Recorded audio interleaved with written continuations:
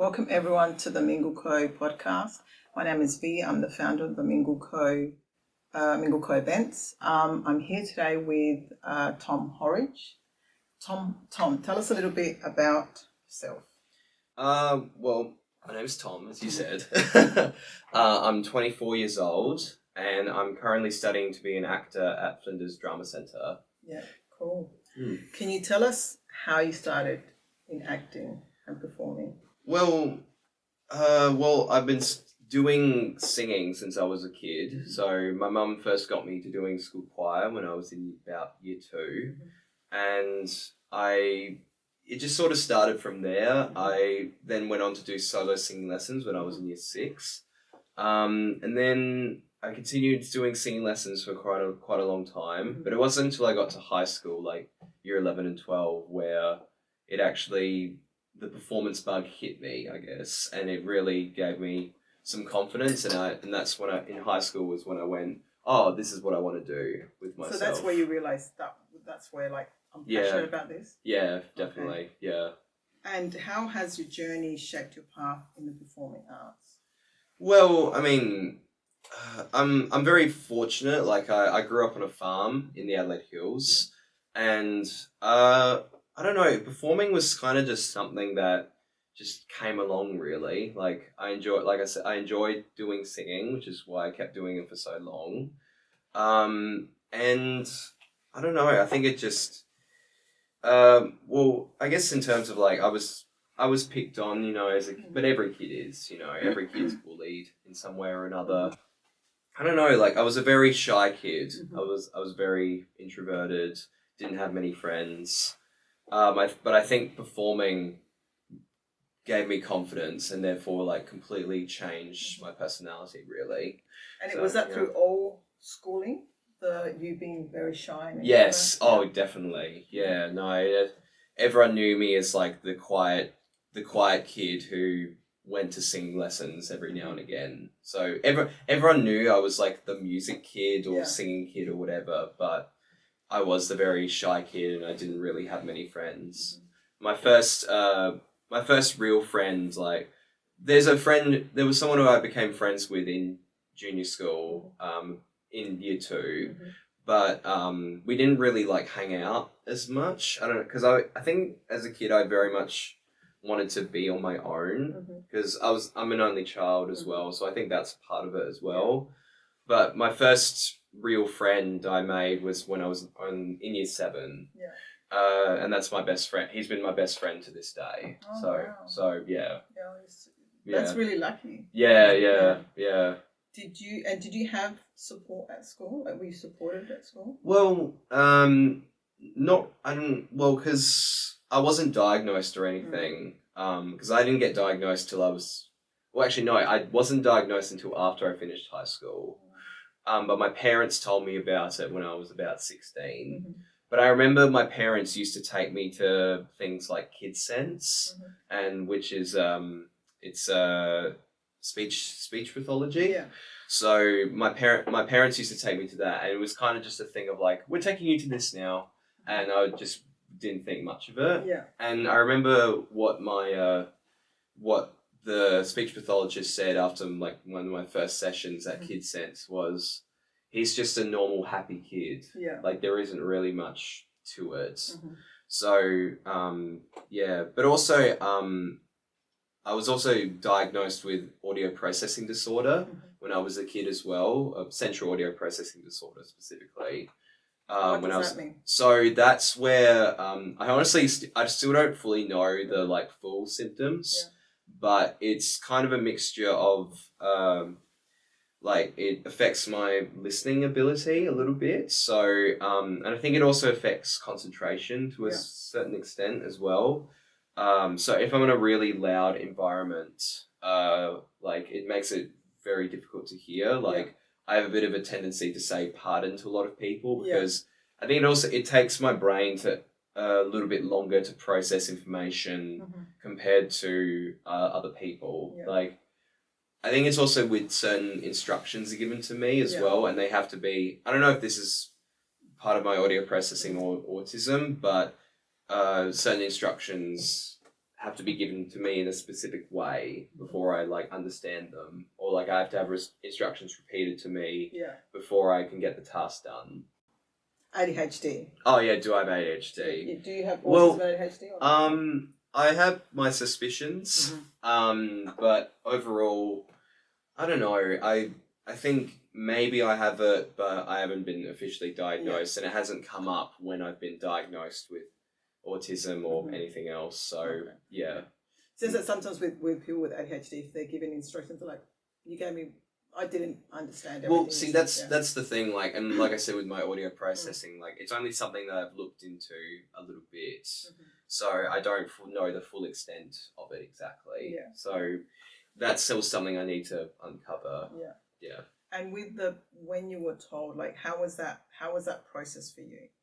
Well, it was funny because I remember like my parents I was in my room one night and I remember my parents just randomly called me out. It was just before I was about to go on a big school trip, like to France. Wow. And I think my parents were like, well, I think we should tell him now, because they wanted to tell me when I was like mature enough or just something along those lines. I think that's what they told me, at least. I'm pretty sure.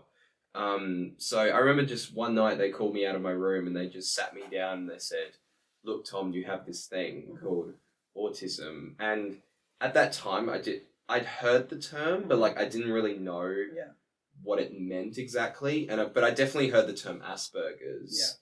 But I didn't fully understand what that meant as well.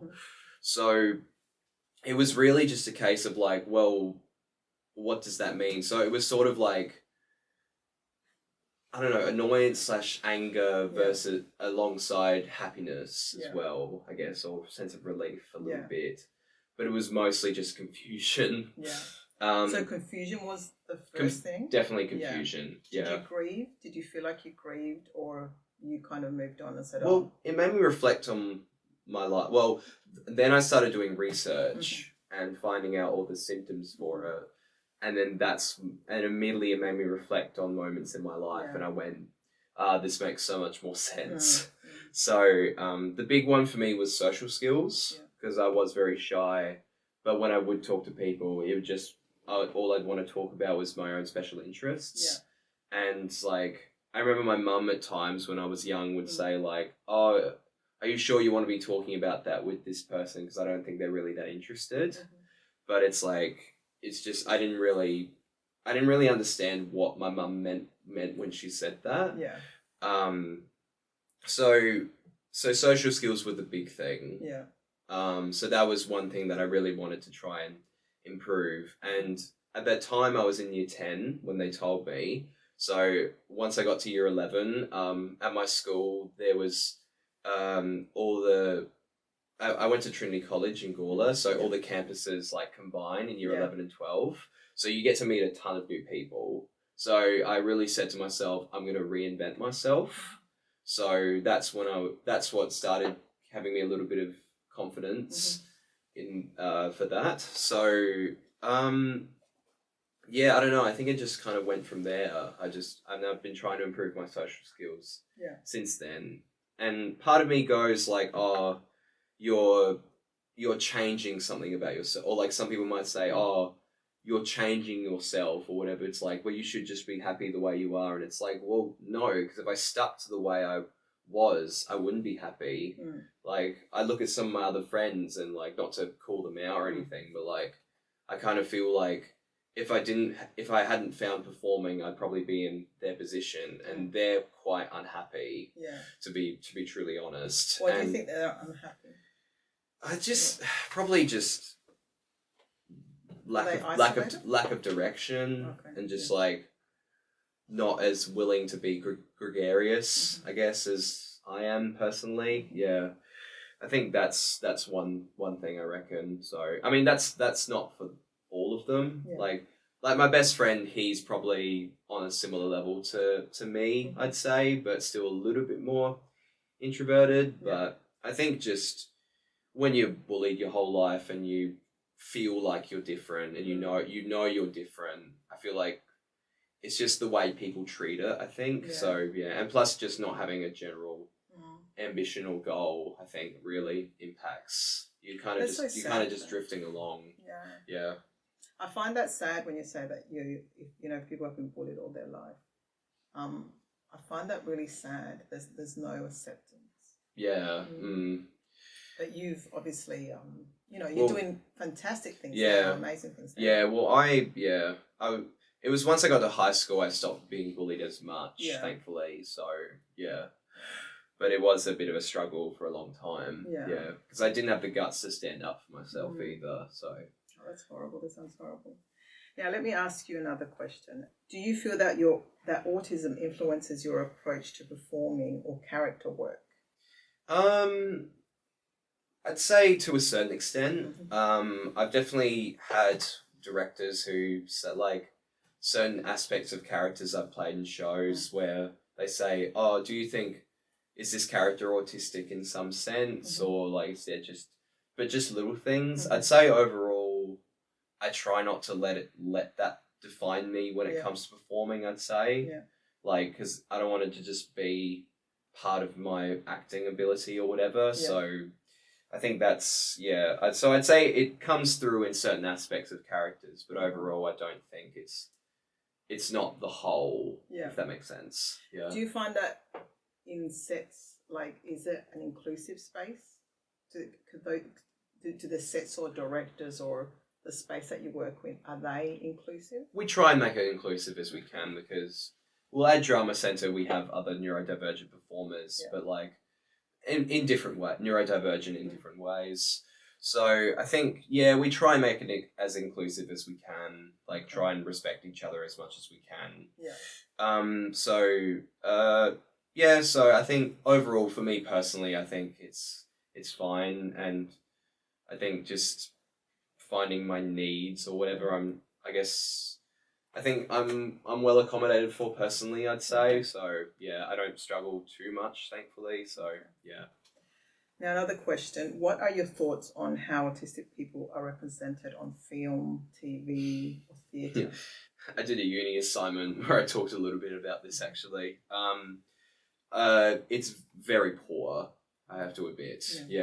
It's slowly getting better though. Like a good example of a great representation would be Heartbreak High. Chloe Hayden, her character of Quinny, because Chloe Hayden is an autistic actress as well.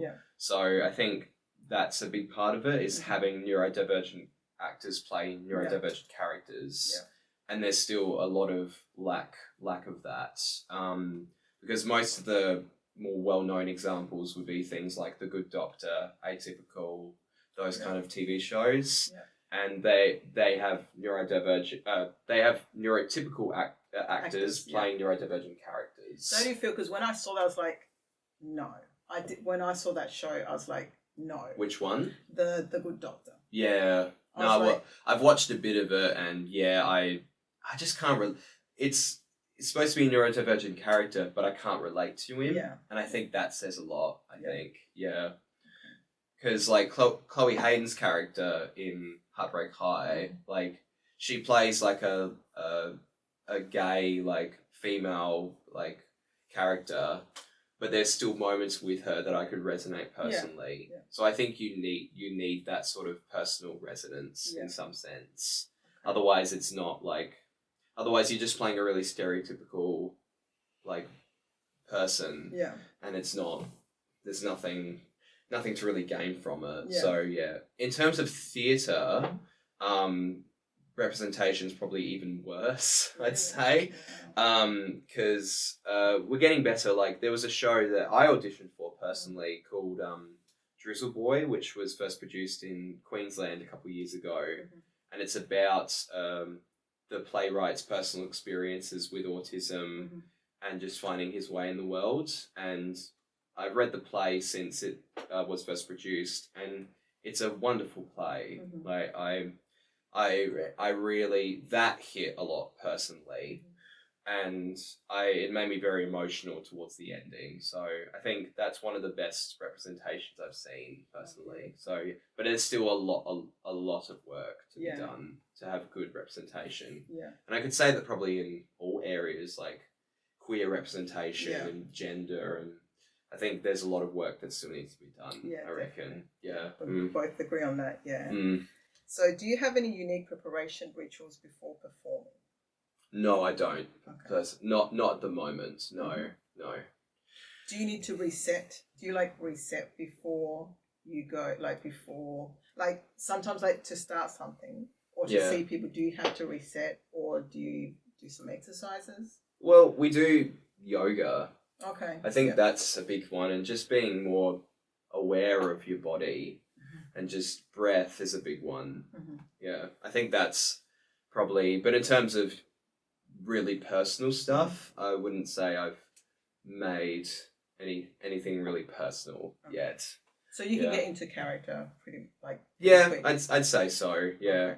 Okay. If a director gives me a direction, 9 times out of 10, I've been able to go, yep, got it, and just can do it. And it's just it's just a lot of having faith in your director, and then just doing what you can, and then seeing what your director thinks, and then just go from there. Really. So yeah. Okay. How do you manage things like improvisation or unexpected changes during a performance? Well, I guess we're improvising right now, aren't we? Yeah. Well, I don't know, because improv's funny. Like, it's I think it's something I definitely need to work on. In terms of, I guess, in terms of acting based improvisation, I'd say if someone said, "Okay, here's your scenario, go," Yeah. I could probably do it. Yeah. But if someone just and someone just said "Oh, just do something on the fly," Yeah. I think that it takes me a little bit to really think about it. I think. Yeah. What about when you're performing and you're performing live and you make a mistake? Well, because usually the public doesn't realize the mistake. True. This is true. Thankfully, I haven't had to do it as much. Okay. So, but I think times when I've done it, I think I handled it fairly well, I'd say. Yeah. As long as you just kind of stay in the moment, I think that's what it's really about. Yeah. And my acting teacher would definitely say that. It's just, if you're in the moment, you'll be fine. Yeah. Yeah. Okay. Are there any certain roles or genres that you feel especially connected to? I mean, I love Doctor Who, science fiction. I think science fiction, that show it has intrigued me since I was such very, very young. So I think I'd love to. That would be a show that I'd love to be in one day, whether being the Doctor or just as a small part. I think that would be really special. Yeah. But I think I'm kind of just I've kind of thought about what genre do I go to? I feel like I'll try most things in terms of watching and also working on, but I think mostly gravitate towards stuff that's set in a modern setting, I reckon. I'm not huge on fantasy, and also things that are set in Victorian England, for example. I feel just because I don't know, my mind goes, well, that's in the past, so I don't want to talk about it as much. Yeah. I'd much rather stick to doing something that's set in modern times and is current. I feel, at least if I was to write stuff, that's what I would do, I reckon. So have you tried writing?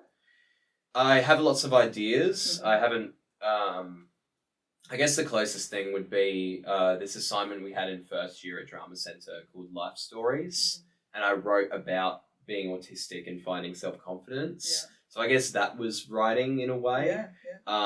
But in terms of something really in depth, I've not done yet. But I have lots of ideas. Okay. Yeah. Do you consider yourself an advocate for neurodivergent performers? Well, when I auditioned for Drama Centre, they said, "Why do you want to do acting?" And I said, "Well, I want to be an inspiration for others." So I think, I don't know, I feel was that a caveat for me trying to get in, but I feel as I do it more, I'd say, yeah, I think I do believe that. Yeah. I reckon I want to try and be an advocate and try and make other people, or just even neurotypical people, feel confident with it. But there's so many neurodivergent performers out there, and I think a lot of people sometimes forget that. Yeah. but I think it's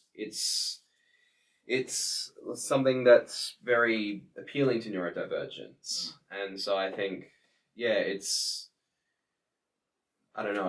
I feel like I am an advocate. I'd say. Are you open about it? Like when you if you were to work with someone, would you be open about it and say I'm a neurodivergent actor? Yeah, I'd say so. Yeah.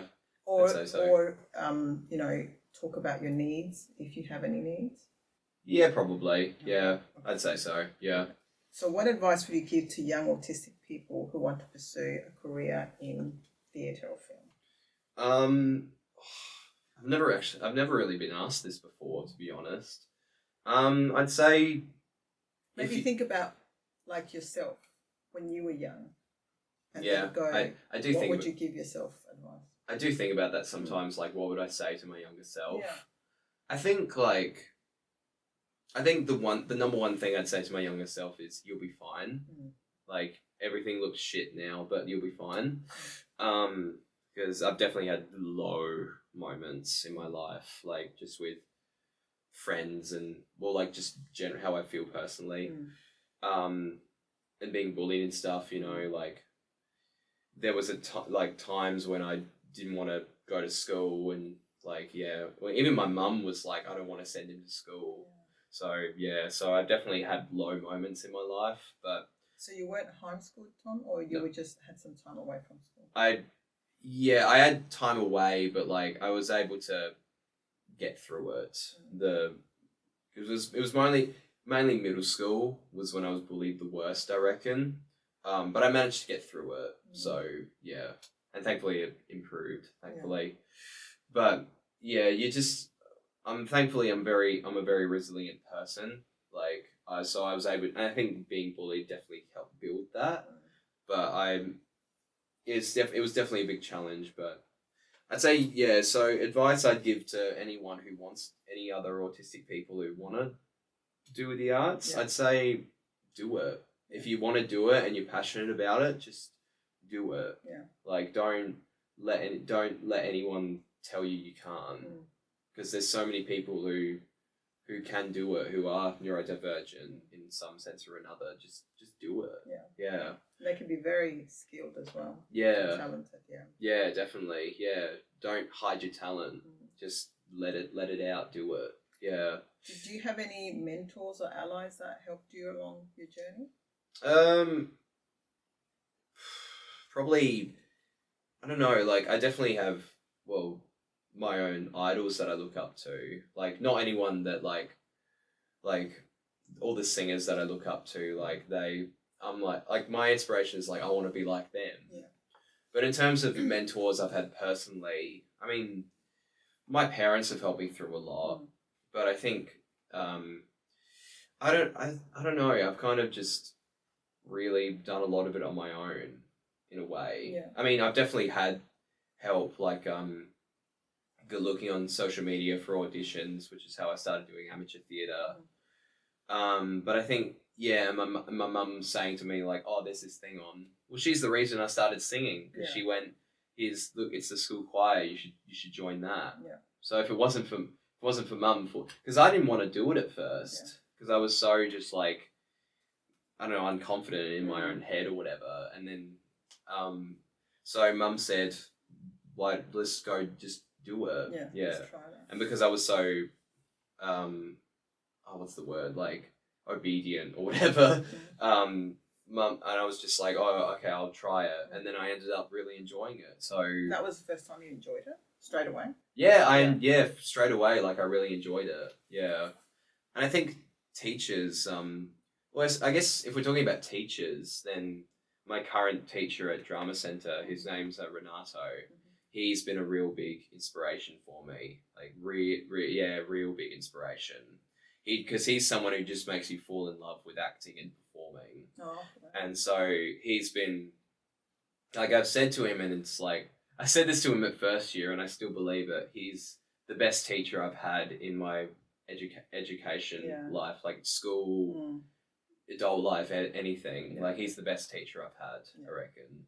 Well, you don't forget the really good teachers. Yeah, of course. Yeah. And you also don't forget the really bad teachers either. Yeah, that is true. This is true. Yeah. Yes. Well, that's great that you had a really good teacher and your parents. Yeah. How do you take care of your mental health and any sensory needs when you're doing, performing or projects?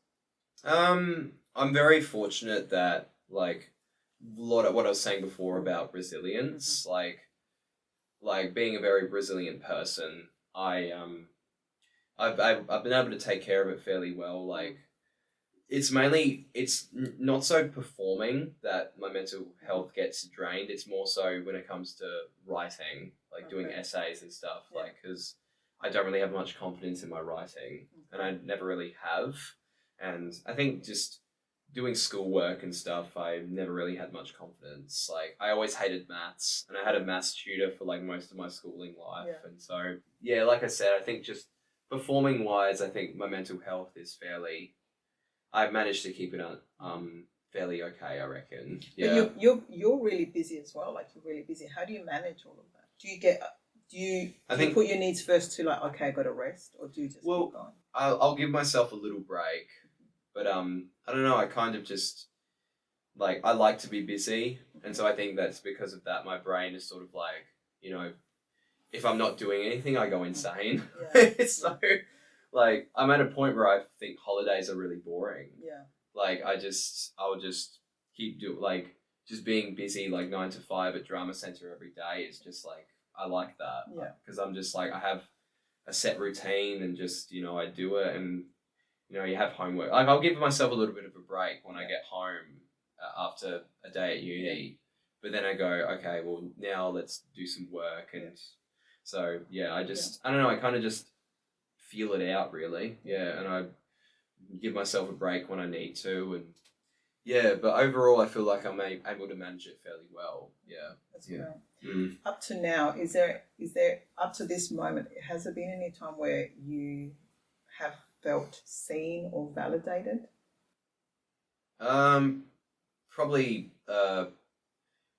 once again my teacher Renato. I feel like he definitely makes me feel that.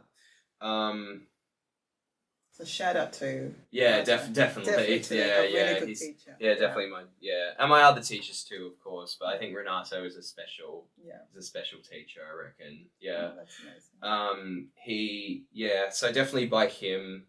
I think he likes to like during warm ups he'll like comment. He'll just like say comments and like he'll mention something about like.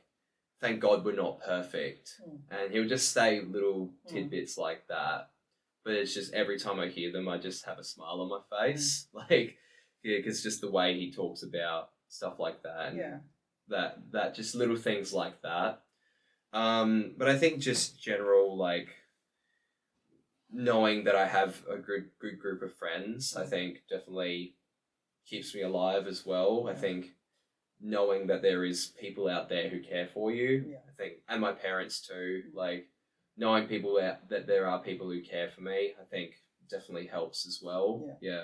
And just knowing that you're not alone. That's very important. That's definitely, so I think that's a big thing for me too. What kinds of roles or creative projects would like to try out next, or once you finish uni, what would you like to try? Oh, well, the bunch of ideas that I've got, I want to try and, like, my big ambitious idea is I want to write a jukebox musical of the music of Robbie Williams. Okay. Yeah, that's a big ambitious idea that I got back in COVID, like 2020. So, because I fell in love with his music in like year 11 and 12, and then I went, God, this music should just be like on a stage and just like be in this grandiose like setting. So like that's my big ambitious idea. The movie about him, Better Man, about his life, kind of is somewhat along the lines of something that I'd like to make, but what I'm planning is like a stage show as opposed to a film.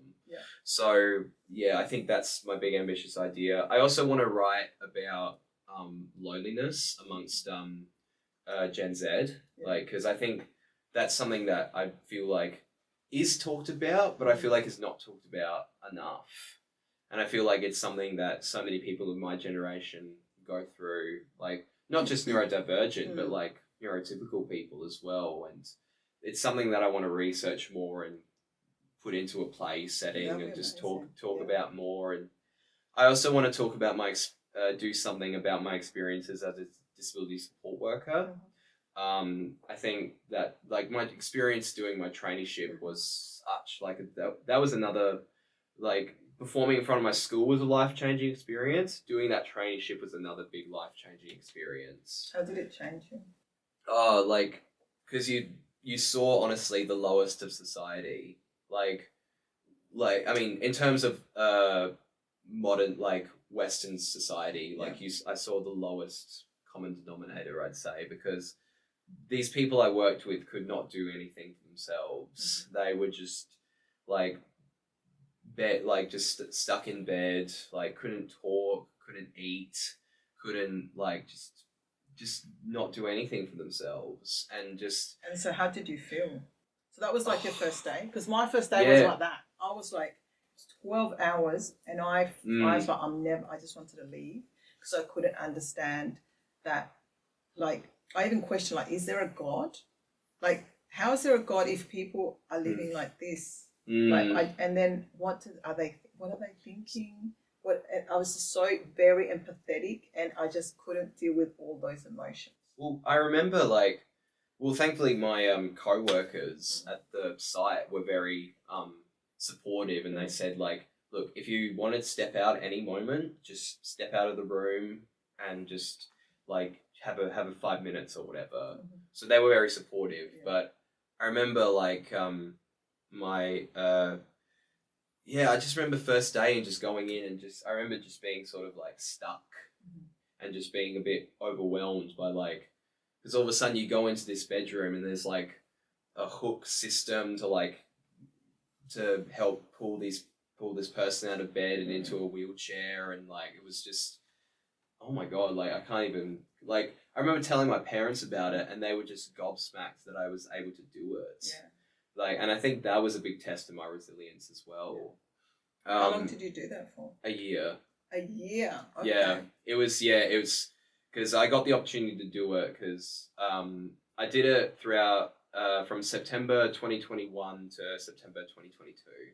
So it was because I needed a job at the time, and because at the end of 2021, that's when I'd heard about the course at Drama Centre, and I said, well, I'll audition then. But then I got this traineeship opportunity and they said it'll be for a year. So I said, oh, okay, well, I'll delay auditioning. Yeah. So I did this traineeship and it was, really life-changing experience. Like just, it's a shit house of an industry, really. And it's an industry nobody talks about enough either. So I think that's another reason why I want to write about it. And I think it will definitely be something I want to try and do in honours year at Drama Centre, because you get to do a showcase and you get to write your own stuff. And a lot of people who've written something for the showcase have gone on to make their piece into a full play or just something like that. So I think I want to write something about that, just about my traineeship and just being a support worker and just like not many people understand like this, how messed up the industry is. Like it's not one that we advocate for enough, I don't think. Like we always talk about, I remember that one of our teachers in my traineeship said like, we advocate for, like the Me Too movement and gay rights, gender rights, and just all this, like even neurodivergent rights, but we don't talk about like disability rights enough, like, because they're just, for so long in Australia, we just institutionalized people and we just shut them away and treated and just acted like people like that didn't exist. Yeah. Now, if you could collaborate with any artist or director, do you have anyone that you would choose? I mean, did I talk about the play Drizzle? Oh yeah, the play Drizzle Boy. Yeah. So I'd love to do my own interpretation of that play and get a chance to do it, because. So you would be the main character as well? Yeah. Yeah, that would be cool. there's only like a few actors in that show as Yeah. well. I think it's like 3 actors. Yeah. And one of them is Drizzle Boy, the main character. But the show is centered around him. Yeah. So I'd like to do that show. Because, I mean, I could go like the, work with the big director route or like big film director or something like. I guess there's not anyone in particular that I immediately go, yes, I want to work with that person. But I think working with new people, like people who haven't done as much in the industry yet, I think is really exciting. New filmmakers and new playwrights. I think that's really exciting. Then in terms of, I guess, like famous directors who I'd like to work with, like, well, first one that came to my mind was Richard Curtis, who's done like Love Actually, About Time. Like, I love all of his movies. Yeah. So I think doing something with him would be exciting. Of course, I'd love to be in Doctor Who one day. That'd be cool. I also love to do stuff with Stephen Graham, the writer of Adolescence. Oh, yeah. I think because that was an amazing show. And I watched another film of his called Boiling Point. I was a big fan of that. Similar, like, one long take style as Adolescence. But I think working with him would be really exciting as well. So, yeah. But no, I think just working with anyone's really exciting. Yeah. Because you never know what kind of vision someone's going to give you or so to work with. So, yeah. Do you have any other question that you would like me to ask you? What made you want to start doing this like Mingle Co? Like, what? I think I asked you this at the event. Yeah. I just can't remember. Some people. Okay, so you guys might not know, but Tom attended one of the events a few months ago. About May. Was it? Oh God, was it that long ago already? Oh, I guess it's still. May. I guess it's still June. So about a month ago. Yeah, about a month ago. Yeah. Yeah. So we met there, and so that's how I know Tom. But I started doing the events last year. Yeah. Just last year, and I kind of I was like in a hole. I felt like I got very depressed. Right. And I was just going to work, and just not being challenged. And I was like, that dream that I had just went right to the bottom. Right. I was like, how do I get that back? And I wanted, I don't know, my life to change, because I've still got another 20 something years of, of working life. So I wanted to have passion. Yeah. And then I just went on this kind of, met other people and did like a business course in a community center, and then they referred me to someone else, and then I was like, it was just a whole kind of 6 months, and that's how I slowly forgot about work, and I then started to go, then I just decided, okay, I'm going to do what's missing, events for the neurodivergent community. Because I've worked in the disability field for like 21 years, but autism for everyone, it looks different for everyone. Of course. And I was like, well, it doesn't mean because you have autism you're a loner, or you want to, you still want to have fun. We're all human. We still want to have friendships. Of course. And that's, we need that. Yeah. What's your opinion on representation in actually because I thought of another representation of autism in media that's quite popular that I feel like is half a decent representation, and that's Love on the Spectrum. Yes. I feel like that's a very the best part about that show is we got Michael Theo out of it, and Michael Theo? He was the one. He was kind of the fan favorite. He became very popular. Yes, I loved him. Yes. Yeah. See, like everyone, because he's an actor now as well. Because. Yeah, he did something for the ABC. Yeah, he had his own show called Austin. Yeah. So like I'd like to be on his level. Yeah. Like he so he became very popular from Love on the Spectrum, and then like that got him like a worldwide fan base. Yeah.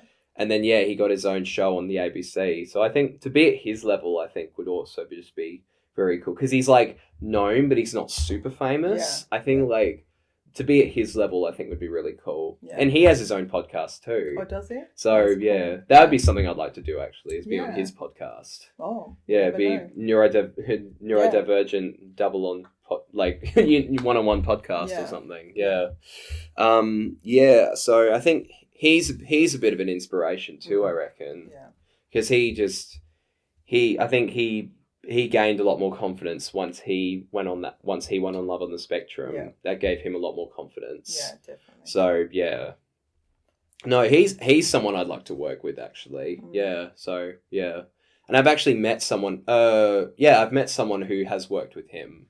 Yeah. Who was in Austin. So Okay. yeah, who did Mm. a little role in Austin, who I've met. Yeah. Mitchell Butel, who was the main one of the main leading directors of the State Theatre Company in Mhm. South Australia, but he's recently moved on to work at Sydney Theatre Company now. So yeah, I had a chat with him about, well, what was it like working on Austin, and he said, yeah, it was good. Like Michael's such like a nice guy and everything. Mhm. So he's someone I'd like to work with. Yeah. Michael Theo. Yeah. That'd be cool. Yeah, because he's doing like voice acting stuff now. Yeah. I'm pretty sure. So yeah. But he's got the voice and the Yes, he kind of does. He character. does. He does. Yeah. That's so cool. Mm. So, you said you have a neurodivergent son, And a daughter. and a Just been daughter. diagnosed. Oh, okay, right. So, do you think then it runs in your family? Probably because when I went before I started doing the events, I started doing a lot of research. So I was like in the library getting lots of books about women like being diagnosed late or early, but they knew the sensory issues or like you know, I didn't know. But when I read, chewing gum, I've been chewing gum since I was a kid, or bubble gum. Yeah. So if I don't chew gum, I'll play around with my tongue and it would hurt inside. Sure. So it helps me to do that. Or just like, I don't know, just how I'm constantly thinking. I have to be in deep sleep to not be thinking. Yeah, but I for just, sure. Because you don't know about it, I just thought it was normal. That's how I thought. Yeah, for sure. But when, like my daughter, she kind of saw the world differently. And I love that because as a young kid, I was a really shy kid as well. Mm. But I loved people that were different. And I was always like a very shy person, but I would always stand up for the bullies. Like if the bullies were targeting the other kids, I could not shut my mouth. So then I would just protect them. I wish I had that. I wish I had that. To stand up for myself and my other friends. It's so hard though. Like it's easy. It's not easy. Yeah, I think as teenagers, like I think just generally, I think even if you want to stand up, you kind of just, you don't want to get involved. Yeah. So like I think it's also because reputation is so huge when you're in high school as well. I think like people don't have the guts to really stand up or whatever. Yeah. Because definitely I'd try and stand up for myself and others if I was in school now. Yeah. You know, so yeah. No, it's not easy. No. Definitely it's not. It's not easy. But you can't think about it. You just gotta say, well, that's what it was. Yeah. And just, you learn from that, and because you're a different person now as well. So exactly. Yeah. I'm much different to what I was when I was a teenager. Yeah.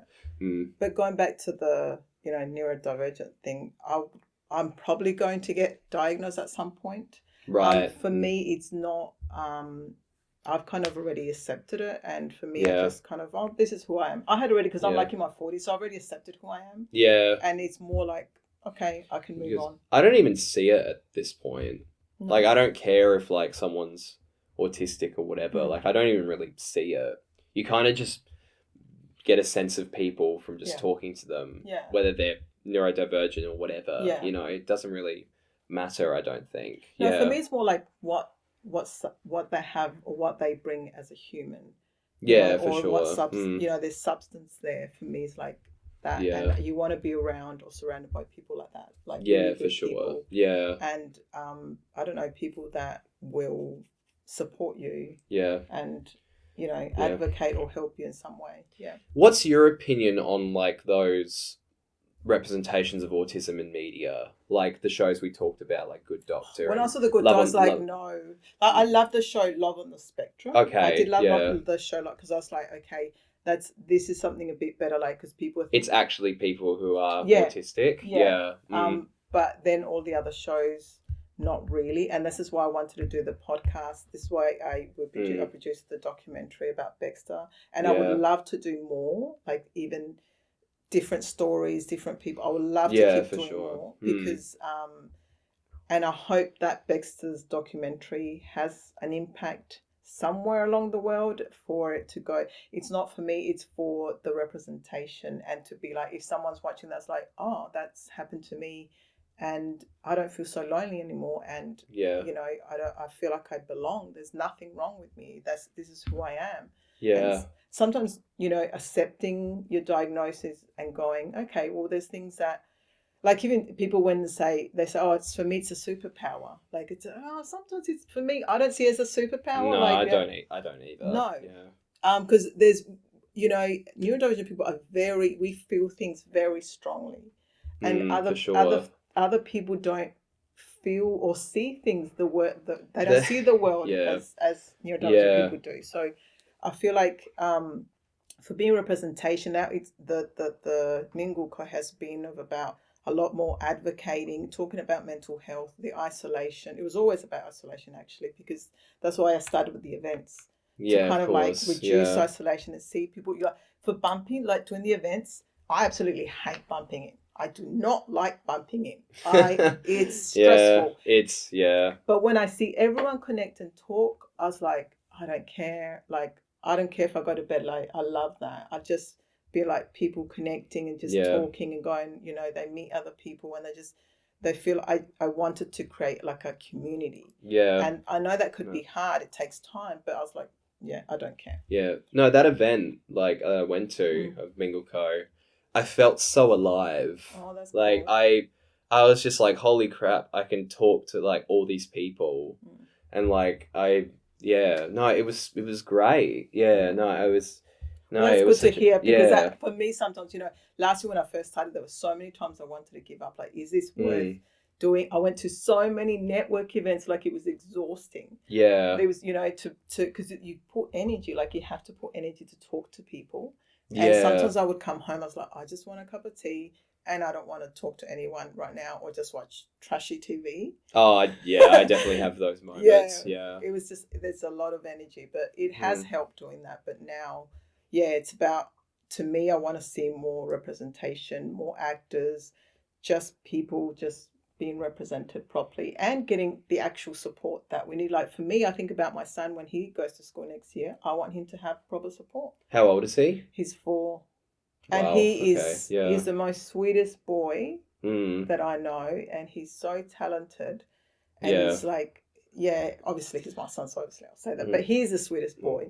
But I just want him to be supported. You know, does he need 5 minutes, 10 minutes of running around? Let him do that. Does he need, you know, you to do a bit of one-on-one to focus? Reminds me when I was in childcare, when I was really young, and they would say, "Oh, it's nap time," and like I would be like, "No, I hated childcare. No, that was but kindy I loved, but childcare, I hated childcare because of they have a routine for everyone.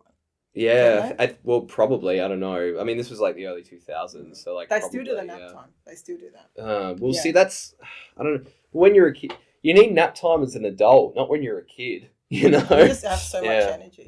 Because then they have more energy if they've slept. No, and then you're an adult, and it's like, God, can't wait to get to bed. Definitely.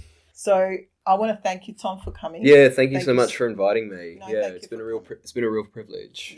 And for me as well. And I hope, I wish you the best in your acting career. Thank you. And we hope to see you represent, you know, you and the community at some point. Thank you. And hope all your projects come to life. Yeah. Thank you for coming. Thank you so much. See ya.